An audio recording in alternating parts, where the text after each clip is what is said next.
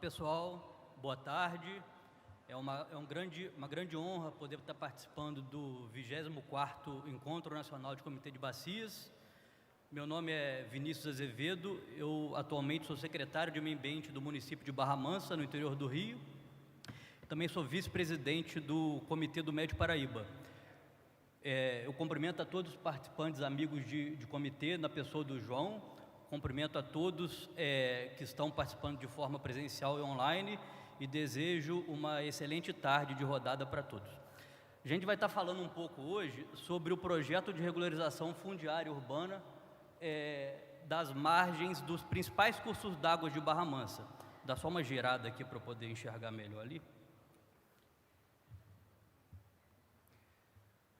Então, na verdade, a gente vai estar falando do Rio Paraíba do Sul, que todo mundo conhece, é um dos principais cursos d'água da região, o Rio Barra Mansa, que leva o nome da cidade, o Rio Bananal e o Rio Bocaina.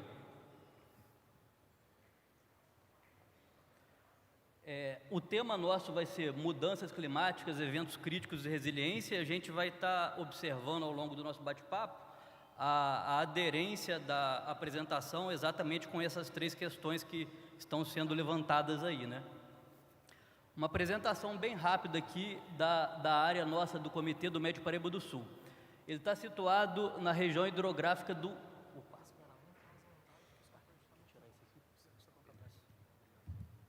Som, beleza.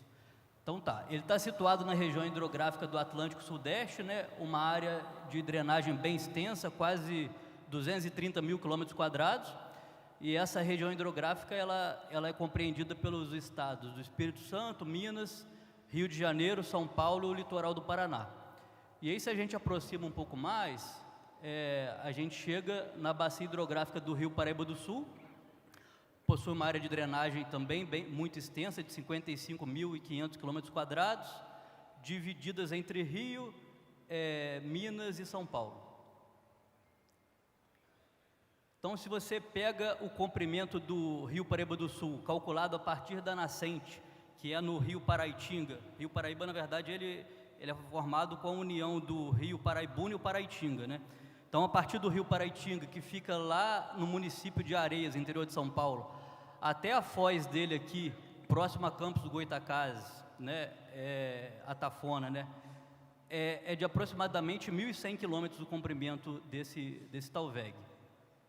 E aí, se a gente aproxima um pouco mais ainda, a gente chega nas regiões hidrográficas do nosso estado, o estado do Rio de Janeiro, e a região que a gente está situado é a região do Médio Paraíba do Sul, que também é conhecida como RH3. São 19 municípios fluminenses, né? Alguns estão inseridos totalmente, outros parcialmente. População total aproximada aí de 1.019.000 habitantes, sendo que 967.913 estão em área urbana, 51.649 habitantes em área rural, de acordo com o IBGE. Avançando um pouquinho mais, a gente chega no município onde ocorreu esse projeto, que é o município de Barra Mansa. Então, Barra Mansa é um importante entrocamento logístico regional. Ali a gente passa algumas das ferrovias e rodovias mais importantes do país. Ele tem aproximadamente 190 mil habitantes e uma extensão territorial aí de 547 quilômetros quadrados. Então, só uma definição agora do que é a regularização fundiária urbana, REURB, né? É um processo por meio do qual se garante o direito à moradia daqueles que residem em assentamentos informais localizados nas áreas urbanas. E ela é dividida em dois tipos: a REURB de interesse social e a REURB de interesse específico.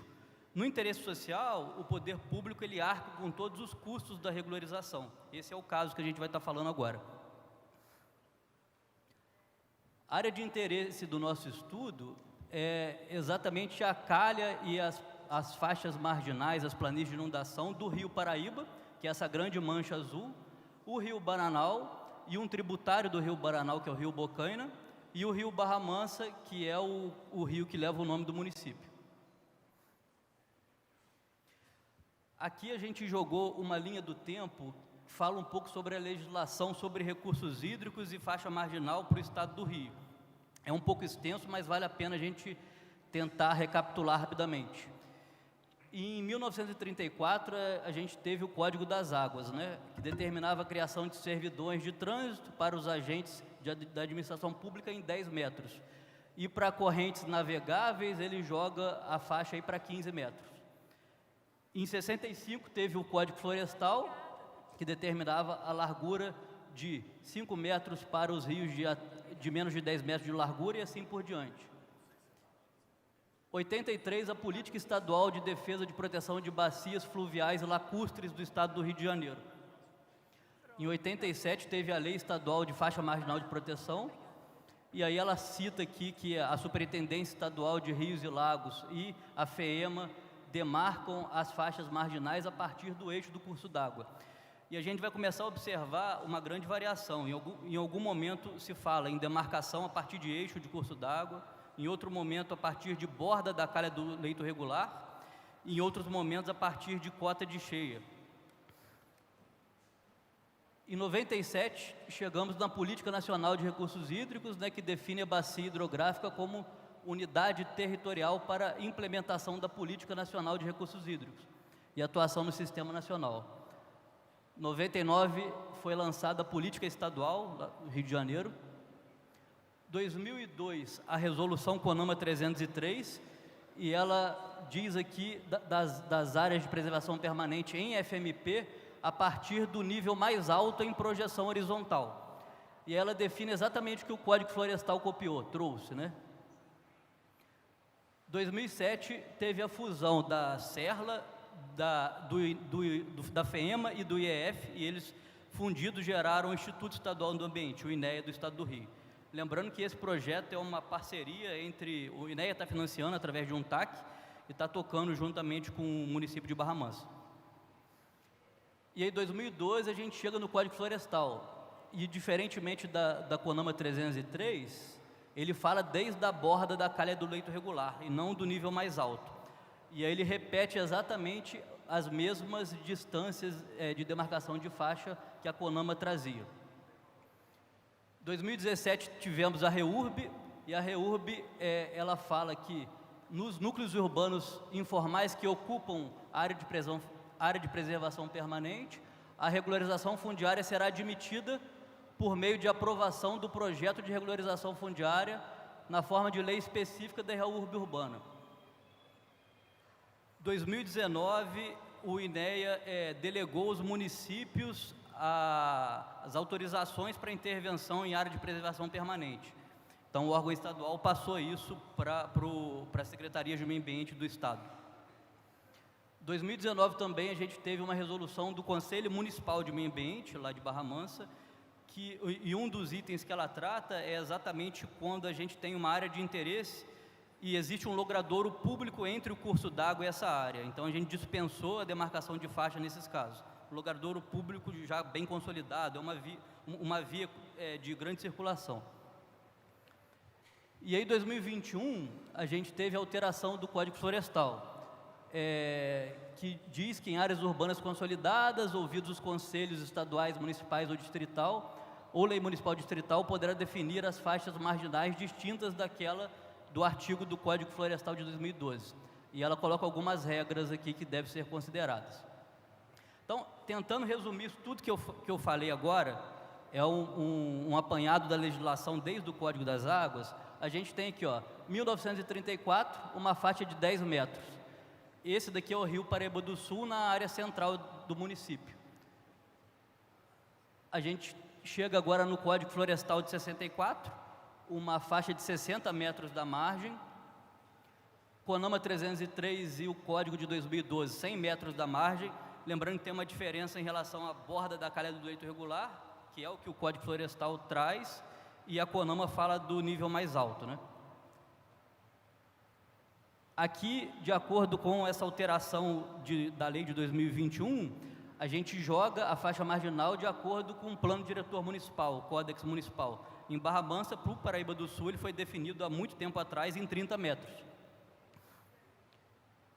E aí agora o que a gente vem discutindo, que não necessariamente vai ser a demarcação das faixas, mas é exatamente a mancha de inundação que a gente tem para o município. Então a gente observa que, por exemplo, Essa região é uma região de várzea e o próprio nome é um bairro chamado Várzea das Oficinas.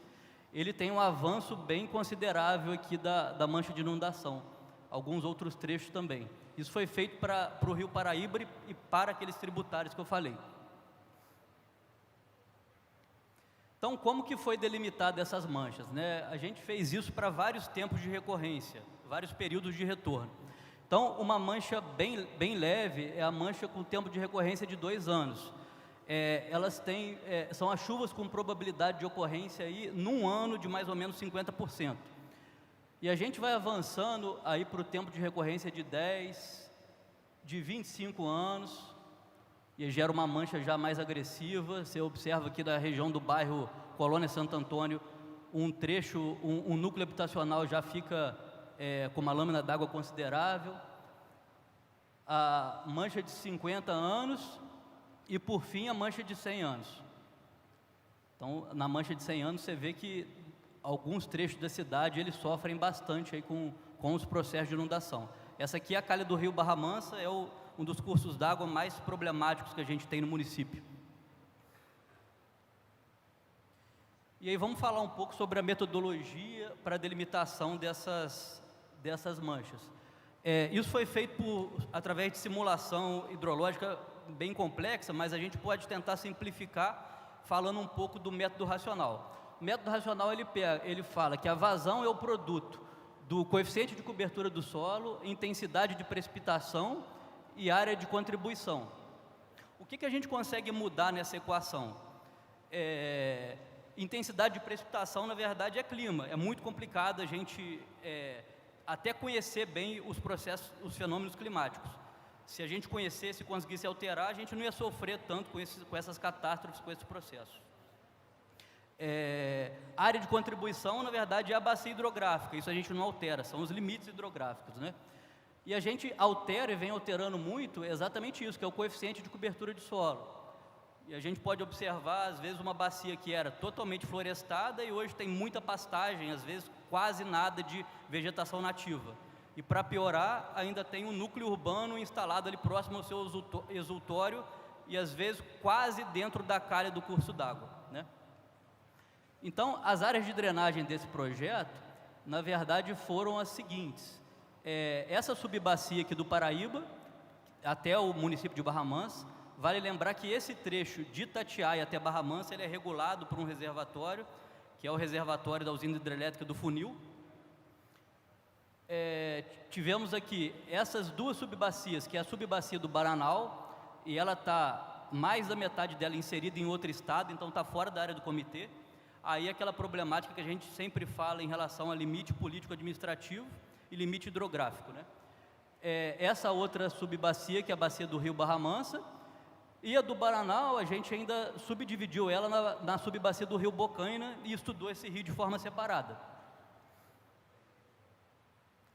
Aqui só um modelo 3D da bacia do Barra Mansa, aqui a nascente dela no município de Rio Claro, e o exutório aqui dentro do município de Barra Mansa, no Paraíba do Sul.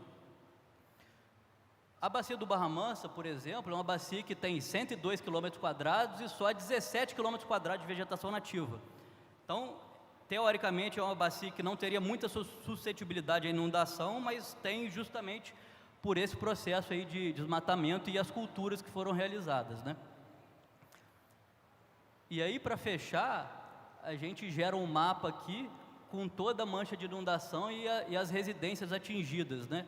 Hoje, de acordo com o que a gente avaliou, são aproximadamente 5.000 residências aí no município que sofrem com esse processo de inundação. Então, tudo que ficar vermelhinho, olha lá, são residências atingidas aí pelas manchas de inundação que foram simuladas no projeto.